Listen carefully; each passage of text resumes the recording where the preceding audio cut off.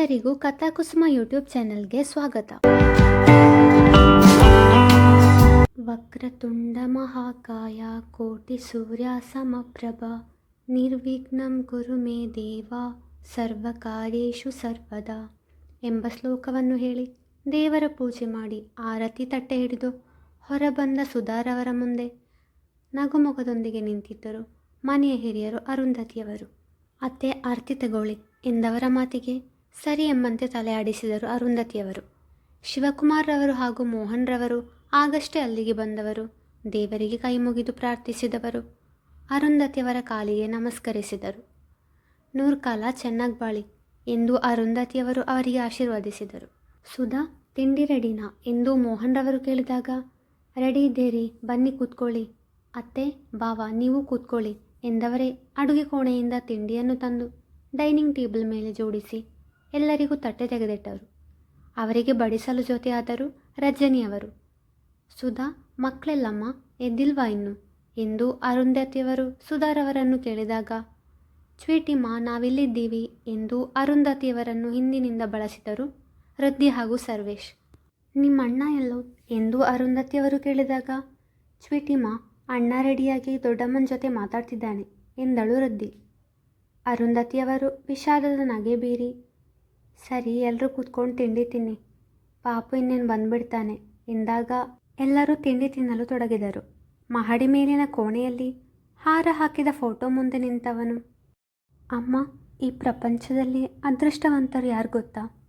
ತಂದೆ ತಾಯಿ ಪ್ರೀತಿ ಅನುಭವಿಸಿ ಬೆಳೆದವರು. ಆದರೆ ನಾನು ಅದೃಷ್ಟನೇ ಮಾಡಿಲ್ಲ. ನಮಗೆ ಈ ಮನೆಯಲ್ಲಿ ಹಣ ಐಶ್ವರ್ಯ ಯಾವುದರ ಕೊರತೆಯೂ ಇಲ್ಲ. ಆದರೆ ಎಲ್ಲ ಇದ್ದು ಏನು ಪ್ರಯೋಜನ? ನೀನೇ ನನ್ನ ಜೊತೆ ಇಲ್ವಲ್ಲಮ್ಮ. ನಾನು ಹುಟ್ಟಿದಾಗಲೇ ನೀನು ನಮ್ಮನ್ನೆಲ್ಲ ಬಿಟ್ಟು ಹೋದೆ. ನಿನ್ನ ಒಂದೇ ಒಂದು ಸಾರಿ ಕೂಡ ನೋಡೋ ಭಾಗ್ಯ ಸಿಗಲಿಲ್ಲ ನನಗೆ. ನಂಗೆ ಗೊತ್ತು, ನೀನು ದೂರದಲ್ಲಿ ನಿಮ್ಮದೇ ಆದ ಲೋಕದಲ್ಲಿ ಇದ್ಕೊಂಡು ನನ್ನ ಮನೆಯವರನ್ನು ಗಮನಿಸ್ತಾ ಇರ್ತೀಯ ಅಂತ. ಇಲ್ಲಿಯ ಪ್ರತಿಯೊಂದು ಚಲನವಲನಗಳನ್ನು ನೀನು ತಿಳ್ಕೊಂಡಿರ್ತೀಯ. ಆದರೆ ನಿನ್ನ ಜೊತೆ ಮಾತಾಡದೇ ಇದ್ದರೆ, ನನ್ನ ಮನಸ್ಸಿನ ಮಾತು ನಿನ್ನ ಜೊತೆ ಹಂಚ್ಕೊಳ್ದೇ ಇದ್ದರೆ ಏನೋ ಅಪೂರ್ಣ ಅನಿಸುತ್ತೆ. ನಿನ್ನ ಆಶೀರ್ವಾದ ಸದಾ ನಮ್ಮ ಮೇಲಿರಲಿ ಅಮ್ಮ. ನಾನು ಹೋಗ್ಬಿಟ್ಟು ಬರ್ತೀನಿ ಎಂದು ತನ್ನ ತಾಯಿಯ ಜೊತೆ ಮಾತನಾಡಿದ ಬಳಿಕ ಕೆಳಗೆ ಇಳಿದು ಬಂದ ಸಾರ್ಥಕ್ ಮನೆಯವರ ಜೊತೆ ತಿಂಡಿ ತಿನ್ನಲು ಕುಳಿತ. ಮನೆಯ ಹಿರಿಯರು ಅರುಂಧತಿಯವರು. ಅವರ ಪತಿ ಅನಾರೋಗ್ಯದಿಂದ ಪ್ರಾಣ ಬಿಟ್ಟಾಗ 3 ಮಕ್ಕಳನ್ನು ಸಾಕಿ ಸಲಹಿದ ದಿಟ್ಟ ಮಹಿಳೆ ಆಕೆ. ಅವರ ಹಿರಿಯ ಮಗ ಶಿವಕುಮಾರ್ ರವರು, 2ನೇ ಮಗ ಮೋಹನ್ ರವರು, 3ನೇವರು ರಜನಿಯವರು. ಶಿವಕುಮಾರ್ ರವರಿಗೆ ದುರ್ಗಾರ ಜೊತೆ ಹಾಗೂ ಮೋಹನ್ ರವರಿಗೆ ಸುಧಾ ಜೊತೆ ಮದುವೆಯಾಗಿತ್ತು. ದುರ್ಗಾರವರು ಸಾರ್ಥಕ್ಗೆ ಜನ್ಮ ನೀಡಿದ ಬಳಿಕ ಭೂಮಿಯ ಋಣ ಮುಗಿಯಿತು ಎಂದು ಇಹಲೋಕ ತ್ಯಜಿಸಿದರು. ತಮ್ಮ ಅತ್ತಿಗೆ ಹೆರಿಗೆಯ ಸಮಯದಲ್ಲಿ ಪ್ರಾಣ ಕಳೆದುಕೊಂಡ ನೋವನ್ನು ಸಹಿಸಲಾರದೆ ತಮಗೆ ಮಗು ಬೇಡ, ತನ್ನ ಹೆಂಡತಿಗೂ ಮುಂದೆ ಈ ರೀತಿ ಆದರೆ ಎಂದು ಮೋಹನ್ ರವರು ಭಯಪಟ್ಟಿದ್ದರು. ಆದರೆ ಕಾಲ ಬದಲಾದಂತೆ ಅರುಂಧತಿಯವರ ಒತ್ತಾಯಕ್ಕೆ ಮಣಿದು 3 ವರ್ಷಗಳ ನಂತರ ಸರ್ವೇಶ್ಗೆ ಜನ್ಮ ನೀಡಿದರು ಸುಧಾರವರು. ತದನಂತರ 4 ವರ್ಷಗಳ ಬಳಿಕ ವೃದ್ಧಿಗೆ ಜನ್ಮ ನೀಡಿದರು.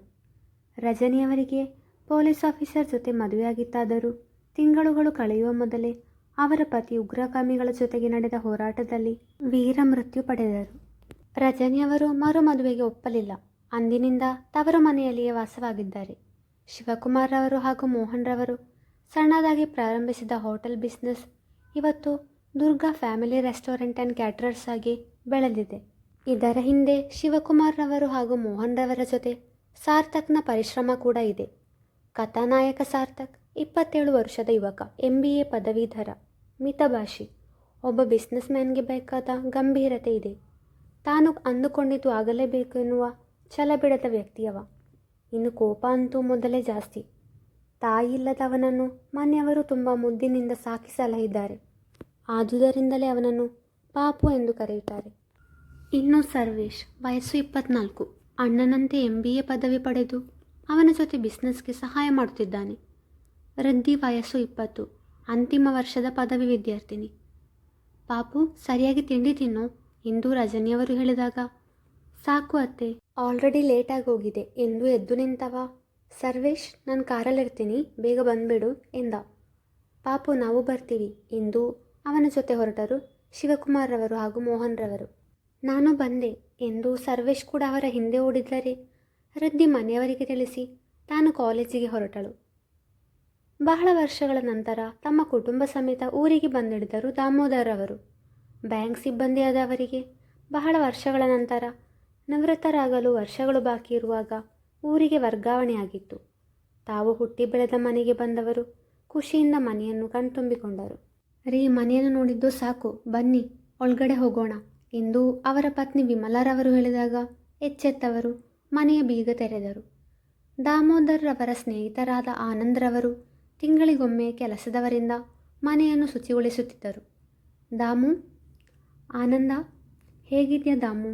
ಚೆನ್ನಾಗಿದ್ದೇನೆ ಮಾರಾಯ, ನೀನು ಹೇಗಿದ್ಯಾ? ನನಗೇನೂ ಆಗಿದೆ, ಚೆನ್ನಾಗೇ ಇದ್ದೇನೆ, ಇನ್ನೂ ಗಟ್ಟಿಮುಟ್ಟಾಗಿದ್ದೇನೆ ಎಂದ ಆನಂದ್ರವರು ವಿಮಲಾರವರ ಕಡೆಗೆ ನೋಡಿ, ವಿಮಲಾ ಹೇಗಿದ್ಯಮ್ಮ? ನಿಮ್ಮ ಮದುವೆ ದಿನ ನಿನ್ನನ್ನು ನೋಡಿದ್ದು, ಆಮೇಲೆ ಇವತ್ತೇ ನೋಡ್ತಾ ಇರೋದು. ನಾನು ಚೆನ್ನಾಗಿದ್ದೇನೆ ಅಣ್ಣ, ಬನ್ನಿ ಒಳಗಡೆ ಕೂತ್ಕೊಂಡು ಮಾತಾಡೋಣ ಎಂದು ಮನೆಯೊಳಗೆ ಹೋಗಿ ತಮ್ಮ ಬ್ಯಾಗ್ಗಳನ್ನು ಒಳಗಿಟ್ಟರು. ಬಳಿಕ ಸ್ನೇಹಿತರು ಮಾತನಾಡಲು ಕುಳಿತರೆ ವಿಮಲಾರವರು ಅಡುಗೆ ಕೋಣೆಗೆ ಹೋಗಿ ತಾವು ತಂದಿದ್ದ ಸಾಮಗ್ರಿಗಳನ್ನು ಹೊರತೆಗೆದು ಮೊದಲು ಕಾಫಿ ಮಾಡಿ ಅವರಿಗೆ ಕುಡಿಯಲು ಕೊಟ್ಟರು. ಈಗ ತಾನೇ ಪ್ರಯಾಣ ಮಾಡಿ ಬಂದಿದ್ದೀರಾ, ಅದು ಅಲ್ಲದೆ ಮನೆಯಲ್ಲಿ ಎಷ್ಟೊಂದು ಕೆಲಸ ಇದೆ, ಯಾಕೆ ಕಾಫಿ ಮಾಡೋಕ್ಕೆ ಹೋದೆ? ಇರಲಿ ಅಣ್ಣ, ಪರವಾಗಿಲ್ಲ, ನೀವು ಕಾಫಿ ಕುಡೀರಿ. ಕಾಫಿಯನ್ನು ಹೀರುತ್ತಾ ದಾಮೋದರ್ ರವರ ಬಳಿ, ಲೋ ದಾಮು, ನೀವಿಬ್ಬರೇ ಬಂದ್ರಾ, ಮಕ್ಕಳು ಬರಲಿಲ್ವಾ ಎಂದು ಆನಂದ್ರವರು ಕೇಳಿದಾಗ, ಅಯ್ಯೋ ಅಣ್ಣ, ಅವ್ರು ಅಲ್ಲಿಂದ ಬರಬೇಕಾದ್ರೆ ನಮ್ಮ ಜೊತೆಗೇನೆ ಬಂದರು. ಆದರೆ ಏನು, ಅಣ್ಣ ತಂಗಿ ಇಬ್ಬರು ನೇರ ನಮ್ಮ ಜೊತೆ ಮನೆಗೆ ಬರದೆ ಅವರ ಫ್ರೆಂಡನ್ನು ಕರ್ಕೊಂಡು ಬರಲು ರೈಲ್ವೆ ಸ್ಟೇಷನ್ಗೆ ಹೋಗಿದ್ದಾರೆ. ನಮ್ಮ ಜೊತೆ ಬಂದು ನಮಗೆ ಇಲ್ಲಿ ಎಲ್ಲ ಜೋಡಿಸಿಡಲು ಸಹಾಯ ಮಾಡಬೇಕು ಎಂಬ ಪರಿಜ್ಞಾನ ಕೂಡ ಇಲ್ಲ ಇಬ್ಬರಿಗೆ ಎಂದು ಮಕ್ಕಳ ಬಗ್ಗೆ ದೂರು ಹೇಳಿದರು ವಿಮಲಾರವರು. ವಿಮಲಾ, ಸುಮ್ಮನೇರು, ಮಕ್ಕಳಿನ್ನೇನು ಬಂದುಬಿಡ್ತಾರೆ ಎಂದು ಮಕ್ಕಳ ಪರವಹಿಸಿ ದಾಮೋದರ್ ಅವರು ಮಾತನಾಡಿದರೆ, ಸ್ನೇಹಿತನನ್ನು ಕರ್ಕೊಂಡು ಬರಲು ತಾನೇ ಅವರು ಹೋಗಿರೋದು, ಅವರಿಗೇನು ಅನ್ಬೇಡಮ್ಮ ಎಂದರು ಆನಂದ್ರವರು. ಅಷ್ಟರಲ್ಲಿ ಬುಲೆಟ್ನ ಸದ್ದು ಕೇಳಿತು. ಅಣ್ಣ ಬಂದರು ನೋಡಿ ಎಂದು ಹೇಳಿದ ವಿಮಲಾರವರು ಮನೆಯ ಹೊರಗಡೆ ನಡೆದರೆ ದಾಮೋದರ್ ಅವರು ಹಾಗೂ ಆನಂದ್ರವರು ಅವರನ್ನು ಹಿಂಬಾಲಿಸಿದರು. ಬುಲೆಟ್ನಲ್ಲಿ ಬಂದಿಳಿದ ಇಬ್ಬರನ್ನು ನೋಡಿ ಮೂವರು ಬಾಯಿ ಬಿಟ್ಟು ನಿಂತರು. ಇಬ್ಬರ ಮೈ ತುಂಬ ಕೆಸರು ಮೆತ್ತಿಕೊಂಡಿತ್ತು. ಏನೇ ಇದೆಲ್ಲ, ನೋಡು ಹೇಗಾಗಿದೆ ನಿನ್ನ ಬಟ್ಟೆ ಎಂದು ವಿಮಲಾರವರು ಇಚ್ಚಾಳ ಕಿವಿ ಹಿಡಿದರೆ, ಅಮ್ಮ ನಂಗೆ ನೋಯ್ತಾ ಇದೆ ಎಂದು ಜೋರಾಗಿ ಕಿರುಚಿದಳು ಇಚ್ಛ. ಮಗಳು ಅತ್ತರೆ ತಂದೆಯಿಂದ ಸಹಿಸಲು ಸಾಧ್ಯವೇ? ಖಂಡಿತ ಇಲ್ಲ. ವಿಮಲಾ, ಬಿಡು ಮಗುನ ಎಂದು ಗಂಭೀರವಾಗಿ ನುಡಿದ ದಾಮೋದರ್ ರವರು ಇಚ್ಚಾಳನ್ನು ತಮ್ಮ ಬಳಿ ಕರೆದು, ಚಿನ್ನು, ಏನಮ್ಮ ಇದೆಲ್ಲ ಎಂದು ಪ್ರೀತಿಯಿಂದ ಕೇಳಿದರೆ, ನೀವು ಹೀಗೆ ಮಗು ಮಗು ಅಂತ ಮುದ್ದು ಮಾಡಿನೇ ಇವಳ ತರಲೆ ಜಾಸ್ತಿ ಆಗ್ತಿರೋದು ಎಂದರು ವಿಮಲಾರವರು.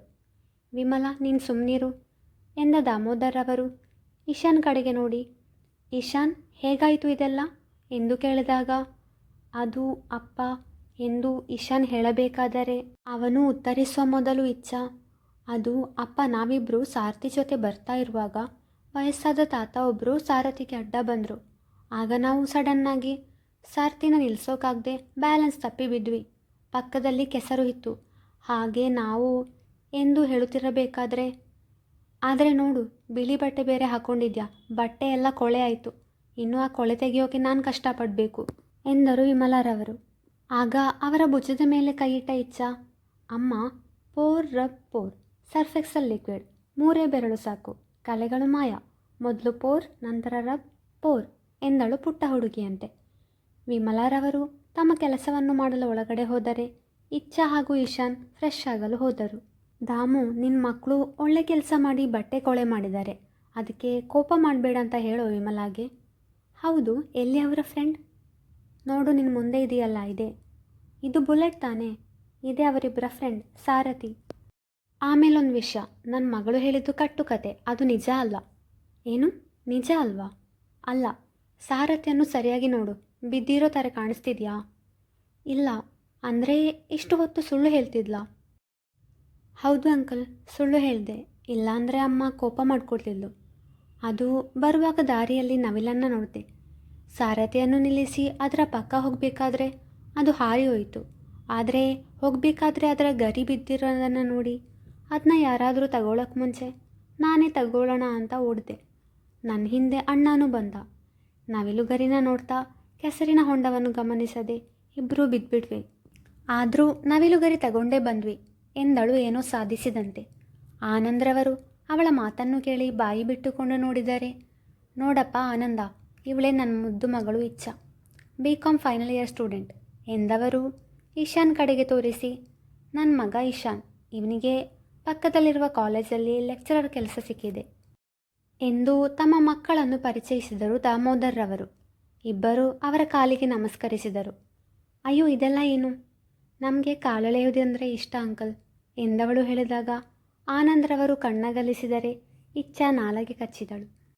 ಅಂಕಲ್, ವಯಸ್ಸಲ್ಲಿ ಹಿರಿಯರ ಕಾಲಿಗೆ ನಮಸ್ಕರಿಸುವುದು, ಅವರಿಗೆ ಗೌರವ ಕೊಡೋದು ಇಷ್ಟ ಅಂತ ಹೇಳೋಕೆ ಬಂದದ್ದವಳು ಬಾಯಿ ತಪ್ಪಿ ಕಾಲೆಳೆಯೋದು ಅಂದ್ಬಿಟ್ಲು ಎಂದ ಇಶಾನ್. ಅಬ್ಬ, ಅಷ್ಟೇನಾ?